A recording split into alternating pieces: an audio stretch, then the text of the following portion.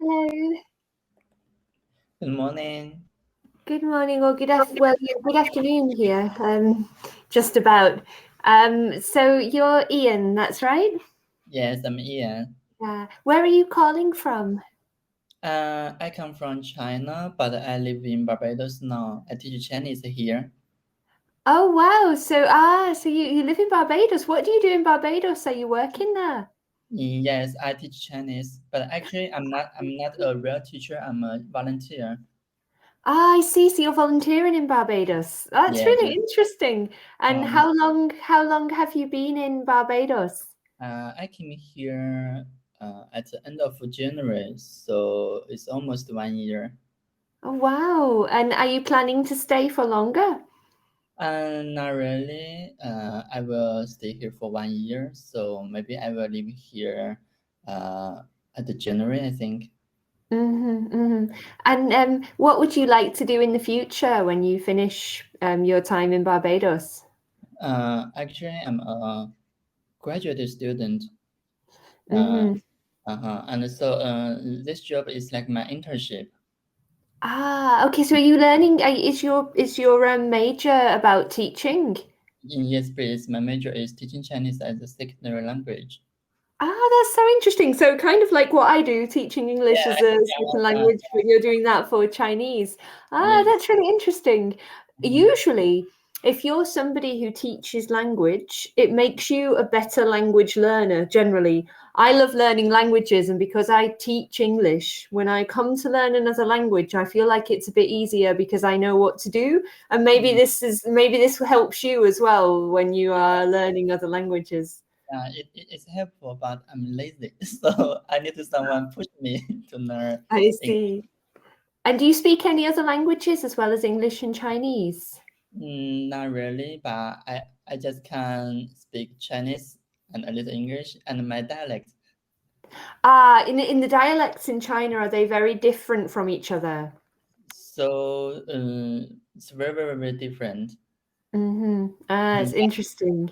I come from Sichuan province, which is very famous for the panda and the hot pot, and we speak Mhm. Sichuan dialect. And then I study in Shanghai. They speak Mhm. Shanghai dialect. I cannot understand.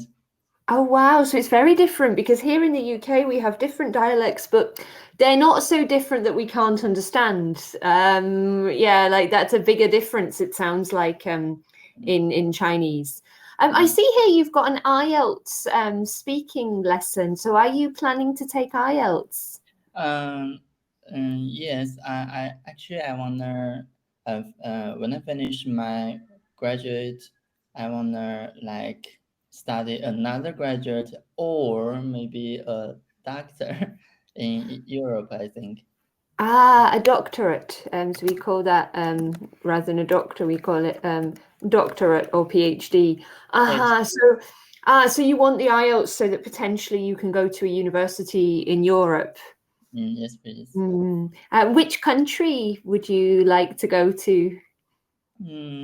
I like go to the North Europe. North Aha. Europe. Mm. Mm-hmm. Mm. Most of the courses there are taught in English, aren't they? Like, I mean, in sort of Norway, Sweden, a lot of their universities use English as the Yes, language. Yeah. please. Um, well, this is a speaking. I mean, have you taken IELTS lessons before? Are you studying IELTS alone, or how are you Uh, doing it? Not really. Do you know anything about the IELTS exam? Like, what is involved? How many sections? Um, I know for the IELTS, there are Mm, speaking, reading, mm, and writing, and listening, right? And for mm. speaking, there are three parts. Yeah, yeah, it sounds like you know most of it. What I'm just finding is just a bit of information about IELTS as well, like in more detail. So I'm going to give you a web link that you can use after as well, just because then you get kind of a lot of detail about what is in IELTS. So I'm just Mm-hmm. going to paste this link before we start, just in case there are things that you might want to know about IELTS that you didn't know. So this is British Council who manage IELTS. Just 1 second, I have to turn my heater off. Okay. Yeah, this is British Council who manage the IELTS exams. So there you can get more information. There are some free practice materials there too. So what we can do today, because you've got like a lesson plan here for IELTS speaking, we can use this to see, and I can see how your speaking is. And then if we have any future lessons, we can work on particular bits of the speaking where we think maybe you need more practice. So we'll use this as a kind of a try, and I can give you some feedback or corrections about it. These Cambly slides for IELTS, they often have a lot of information that is kind of useful, but maybe for you to read after the lesson, it just explains what happens in each part of the exam. So as you said, there are 3 parts to IELTS speaking. We're just going to look for the questions. So part 1 is always it's a more kind of daily life, general topics about yourself. So a lot of students think they're very easy to answer because it's like things like, what's your job? What are your hobbies? But the thing is, you still need to give a good answer with enough information. And I think the problem some students have is they hear a very easy question like, what is your job? And they say, I'm a teacher, and that's it. And it's not going to work in IELTS. So we're just looking for the questions in here. Okay, let's find some practice questions. This is like a part 3 question. Okay, let's take this then as an example of a part 1 question. So what hobby do you enjoy the most, and why do you enjoy it? So you want me to ask it? Yes. Yeah, so imagine you're in the exam. How would you answer that question? You want me to read it? No, to give me your answer. How would you answer this? Wow, that's a hard question because I think I'm kind of boring. I don't have some. I have some hobby, but if I most enjoy the most, maybe exercise. I mean, workout. Working out is my favorite hobby. I enjoy working out. It makes me relaxed. My body feels tired, but my mind feels excited. I don't need to think anything else. I don't need to think my work, my study. I can just concentrate on the power. So that's my answer. That's a good answer. You at the beginning, you were kind of like, I'm not really sure like what my hobbies are, which is, it's a fair answer as long as you then continue to say something, which you did. You don't want to say, I don't know what my hobbies are, the end. And yeah, workout, that's a hobby. Like, it's a valid hobby and what you're saying about workout is the same about how I feel when I do workouts. It just takes my mind off other things. And this is a nice expression. So we can also say, I'm just going to write this here in the chat so that you've got it. To take my mind off something. So workouts let me take my mind off work, off study. It means like you can forget these problems. Take my mind off work, take my mind off study, take my mind off my problems. And you also said, you said I don't have to think my work, for example. Now in English, what we need to say is to think of my work or to think about my work. So you need a preposition there. You need to think of my work or to think about my work rather than just think my work. Okay. So it always has to have that preposition between it. But that was a good answer. The only other thing is when you said I have some hobby. Yes. I think I might have some hobby. Yeah, don't forget, like, this one should be hobbies. Okay. Now, I think this happens quite a lot, and I don't know, it's probably something to do with the Chinese language, which I don't really know very much about at all. But often Chinese speakers of English forget the S's on plural words, and I think it's more about pronunciation than grammar. You know that there should be an S, but when you're speaking, it kind of disappears from the pronunciation. So just something to try and practice or be aware of, that when you're speaking about plurals, try to make sure that the S sound is clear for the examiner. Okay, But that's a good answer. Yeah, and you seem like relatively confident, seeing as you've just started. Here's another one. We'll do one more of a part two, just to get part one, just to get a sense of how it is. So how do you usually get the news, and what types of sources do you check?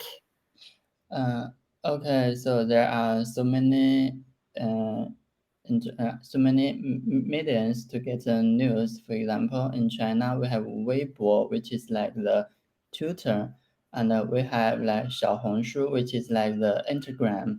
So actually, you can get so many news, so many information. If you want to know about the social news, it's better to use the Weibo, which is like a Twitter. And if you want to get some news like how to make up, or how to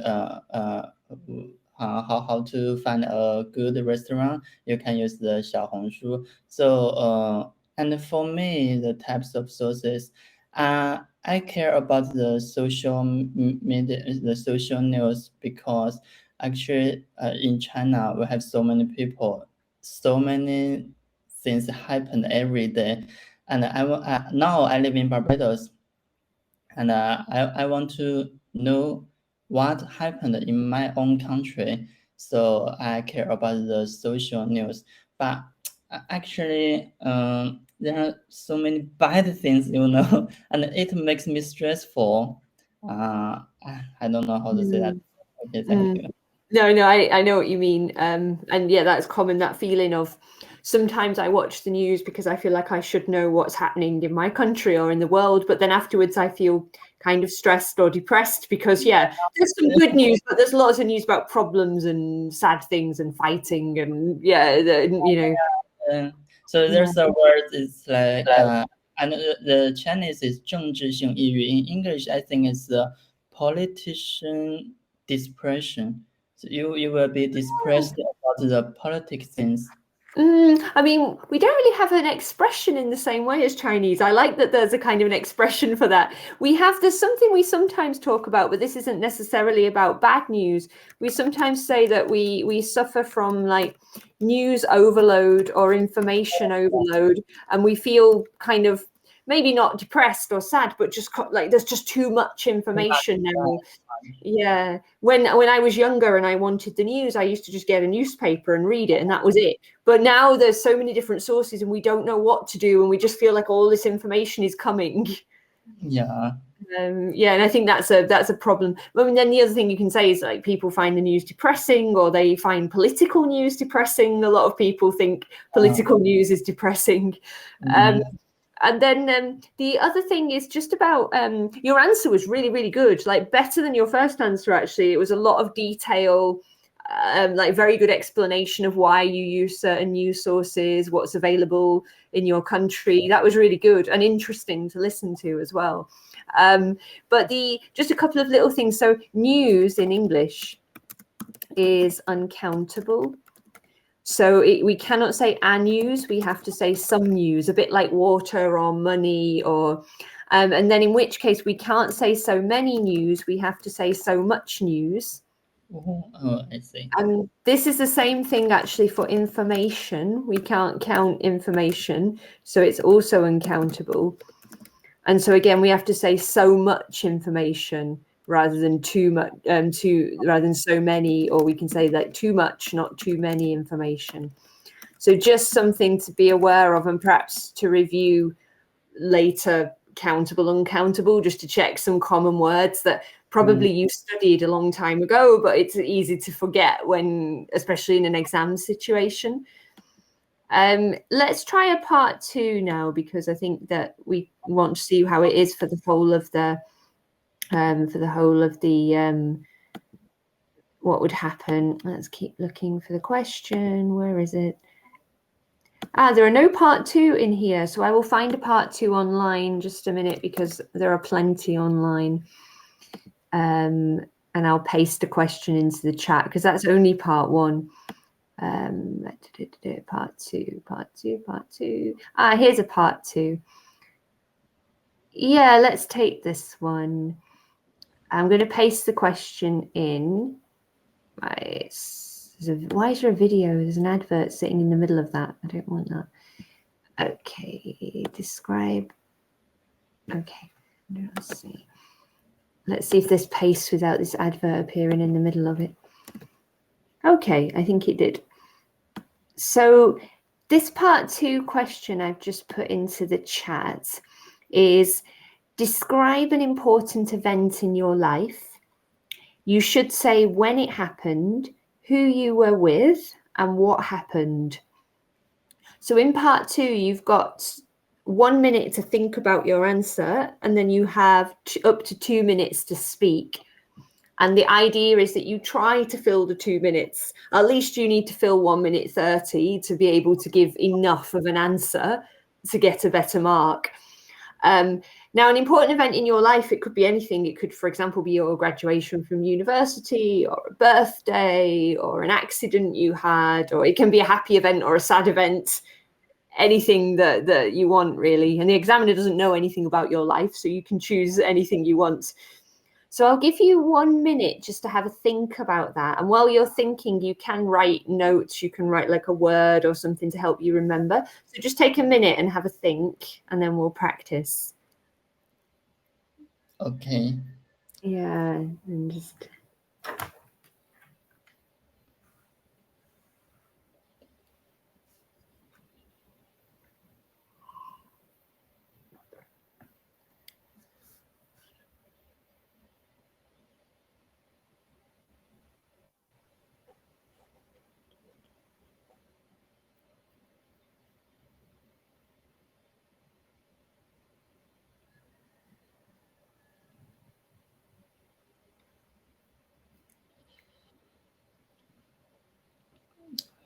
Okay, let me try. Yeah.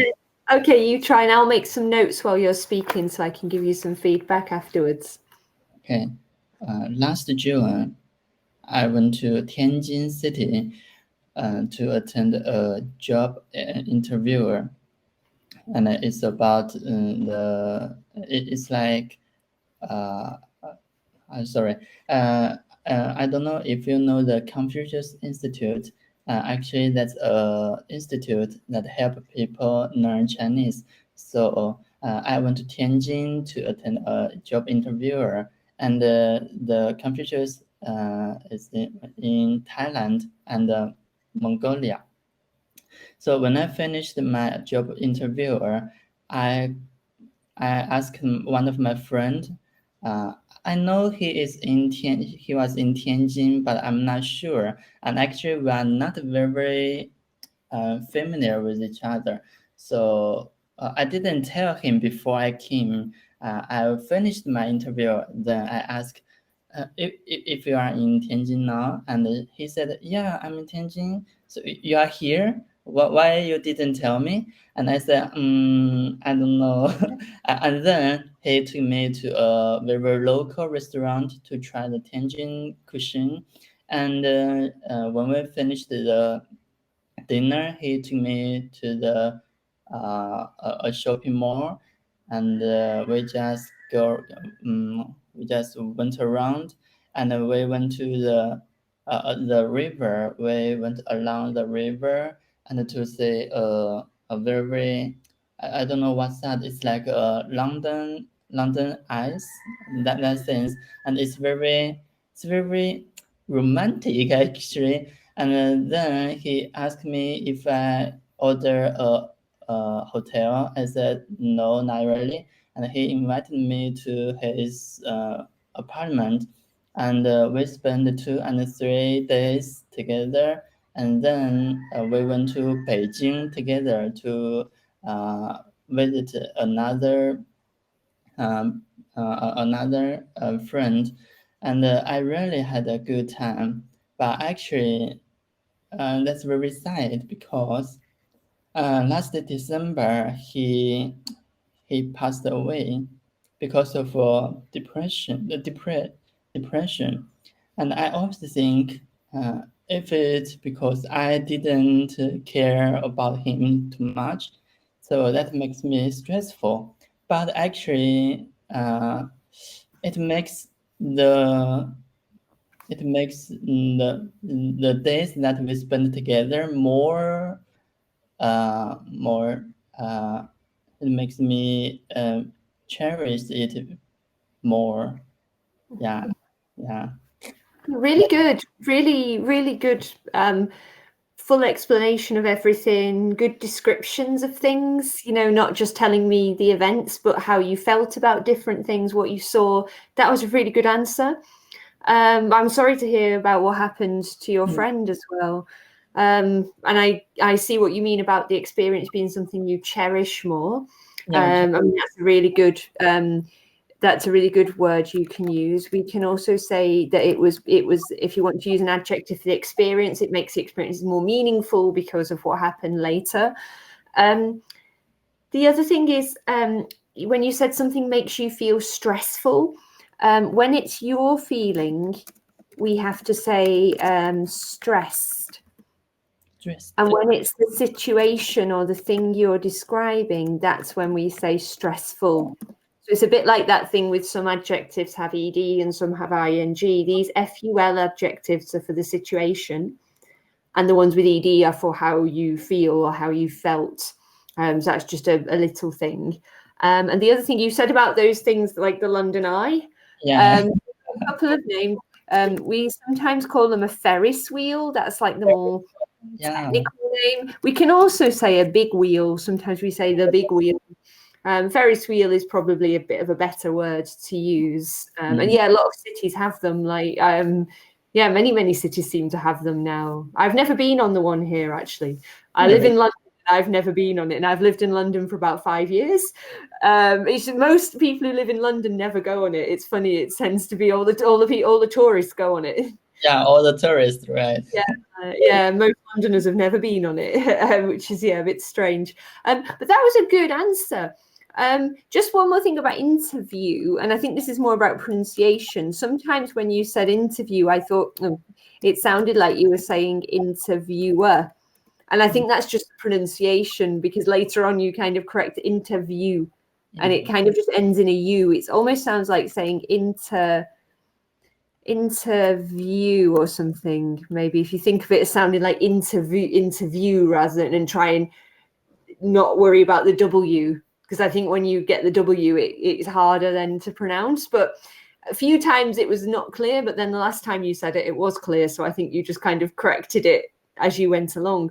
But it's very good to get an interview with the Confucius Institute, because I guess it's a bit like the British Council here. It's like the top kind of organization that you can work for as a teacher of Chinese, I guess. Yes, please. But there's a sad thing, because you have your new president. It's no president. The Prime Minister? Yes. He said he was planning to close 30 Confucius Institute in UK. That's very sad for us. Oh, really? Oh, wow. Because, there is one, I think, in London, and there is one in Manchester where I grew up, actually. So that's that's not. I didn't know about that at all. I didn't know they're doing that.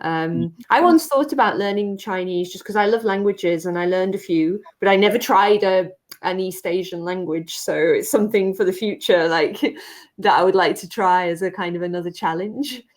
But I think it would be the hardest one I've tried so far. Let's take some part 3 questions just to have a go at those before we finish. So I'm just finding some from here. Okay, there's some here that are quite good actually for somebody who's interested in teaching. We'll take a couple of these and just see how it goes. Okay, so here's one. We're going to talk about homework, and you're a teacher, so you can. Thank you. Homework. This is more about children. Do you teach children or adults? Yes, and both. Okay, good. Then this is a question in part 3. Part 3 questions aren't necessarily about your life. It's more about your opinions about the world, and education is a common topic. So do you think it is important that children are given homework, and Yes. why? Yes, of course. Yes, of course. Like giving homework is a program of a whole teaching.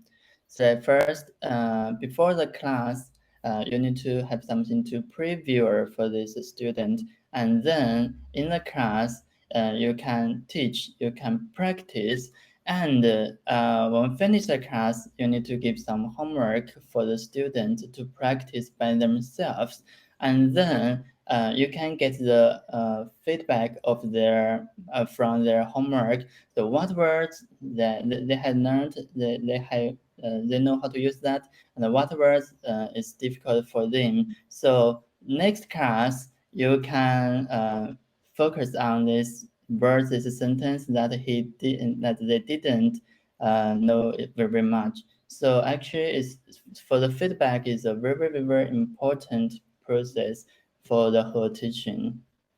Very And good, really good answer. And grammar was really good in that one. Like I didn't find a problem with it. We'll do one more then. And this is also related to the same thing. We'll stay on this topic. So I'm just going to put this one in. So yeah, do you think parents should help their children with their homework, or should it be done alone? Actually, since it's not like this and this, actually it's like this. Parents, I think they should help their children, but not every question. Like you need to like give the children maybe 30 minutes or 1 hour to finish the homework alone, and the parents, I think it's not help them to finish it. You need to help them to check.